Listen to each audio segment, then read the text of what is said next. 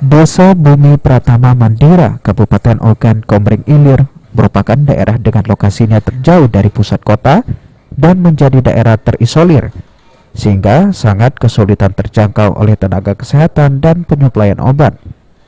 Dengan kondisi tersebut membuat masyarakat Desa Bumi Pratama Mandira, Ogan Komering Ilir, Sumsel secara mandiri melakukan upaya pencegahan untuk meminimalisir laju penyebaran COVID-19, seperti Koperasi Plasma Pratama Mandiri yang membagikan 9.000 masker dan vitamin kepada masyarakat.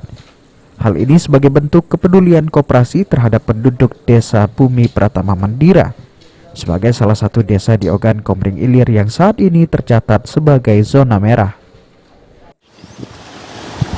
Ya, kenapa Koperasi Plasma Pratama Mandiri terpanggil memberikan masker dan multivitamin kepada masyarakat?